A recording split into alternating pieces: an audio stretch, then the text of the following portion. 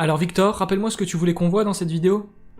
Alexandre, j'aurais bien voulu savoir comment rendre mon diaporama un peu plus professionnel. S'il y avait des codes à respecter, ou si il fallait que je respecte une structure particulière.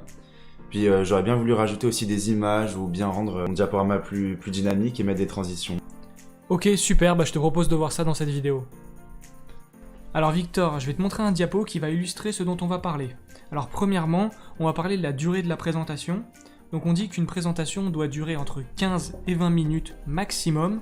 Elle peut durer moins de 15 minutes, par exemple 10 minutes, mais on doit rester autour des 15 minutes. Ouais, un peu la manière d'un TEDx. Ouais, voilà, exactement. Ensuite, on dit qu'une présentation doit se tenir sur 10 slides environ. Donc ça peut être un petit peu plus, à une ou deux près, ou un petit peu moins, mais ça doit généralement rester autour de 10 slides pour conserver cet équilibre. Ok, du coup, avec 20 minutes et 10 diapos, on doit tenir 2 minutes. Voilà, exactement. Pas plus de 2 minutes par diapo idéalement. Et pour finir, il faut 1 à 2 idées maximum par slide, mais idéalement il faut en conserver une, parce que comme je t'ai expliqué...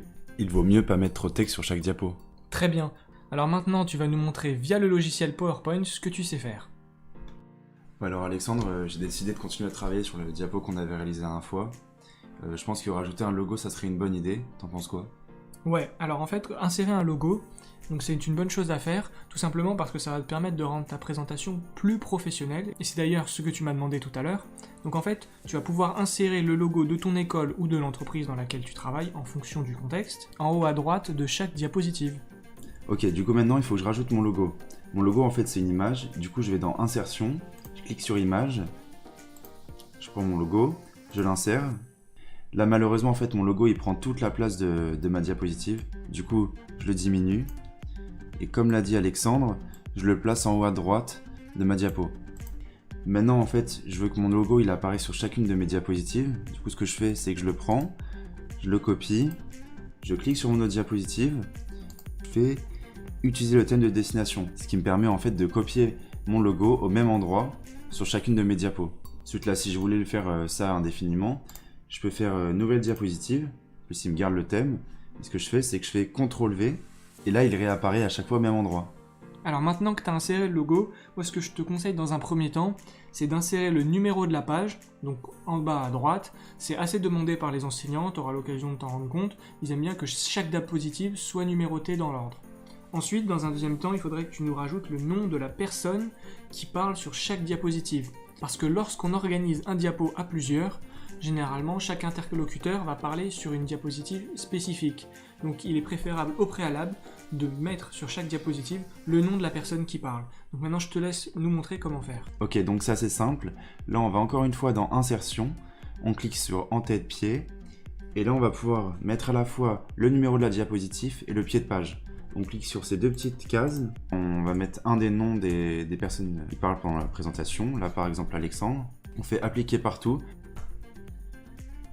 Maintenant si là je veux changer un seul des noms, mettre par exemple sur la deuxième diapo que c'est moi qui la présente, je mets Victor. Et voilà comment on met le numéro d'une page et le nom de la personne qui présente la diapo. Alors Alexandre, maintenant là si je veux rajouter une zone de texte et une image qui accompagne le texte, je fais comment? Ok, donc on va partir de la diapositive que tu nous as créée.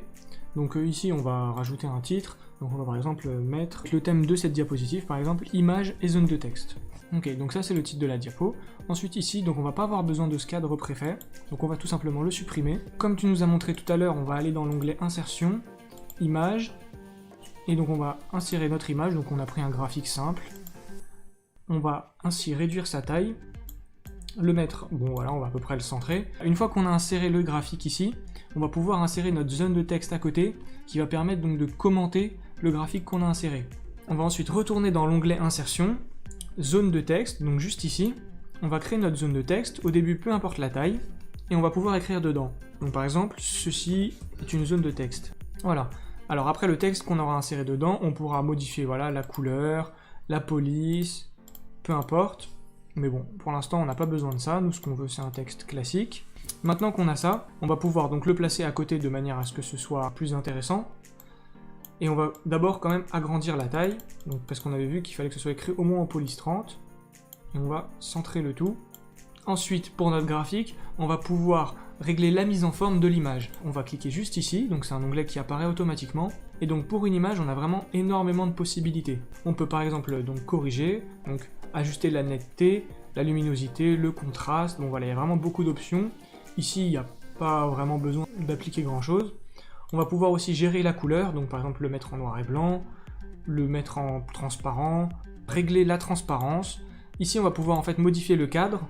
Donc encore dans notre exemple, c'est pas très intéressant, mais voilà, vous pouvez voir que ça peut se faire de cette manière. Ensuite, on peut aussi ajouter un effet à l'image, comme ici, mais généralement dans les présentations, on n'a pas besoin d'ajouter des effets de la sorte. Et on peut aussi rajouter une bordure. Alors dans notre cas, notre image n'a pas de bordure. Mais si par exemple on voulait lui créer un cadre blanc, on y avait juste à cliquer ici, et elle serait encadrée d'un cadre blanc.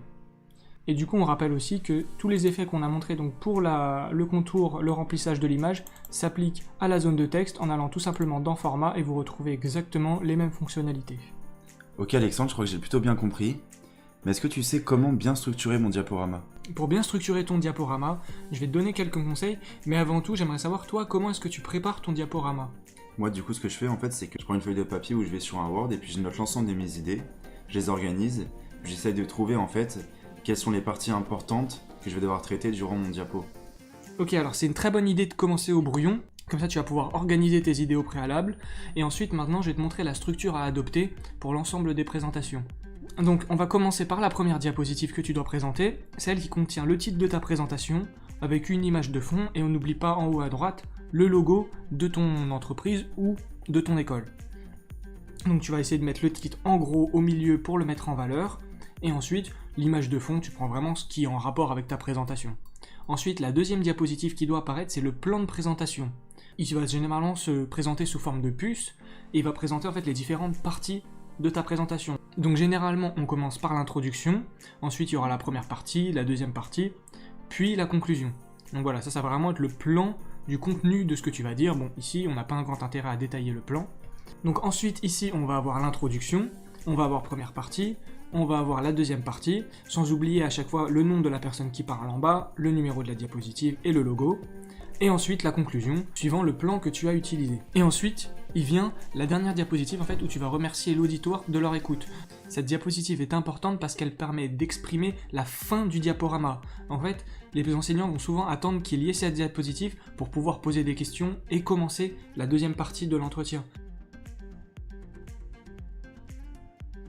Voilà, c'est la fin de la vidéo. Dis-nous en commentaire ce qui t'a plu. Et n'hésite pas à nous partager en commentaire des fonctionnalités que tu aimerais découvrir dans une nouvelle vidéo. Et surtout, n'hésite pas à liker la vidéo et à la partager à ton entourage, c'est vraiment très important pour nous.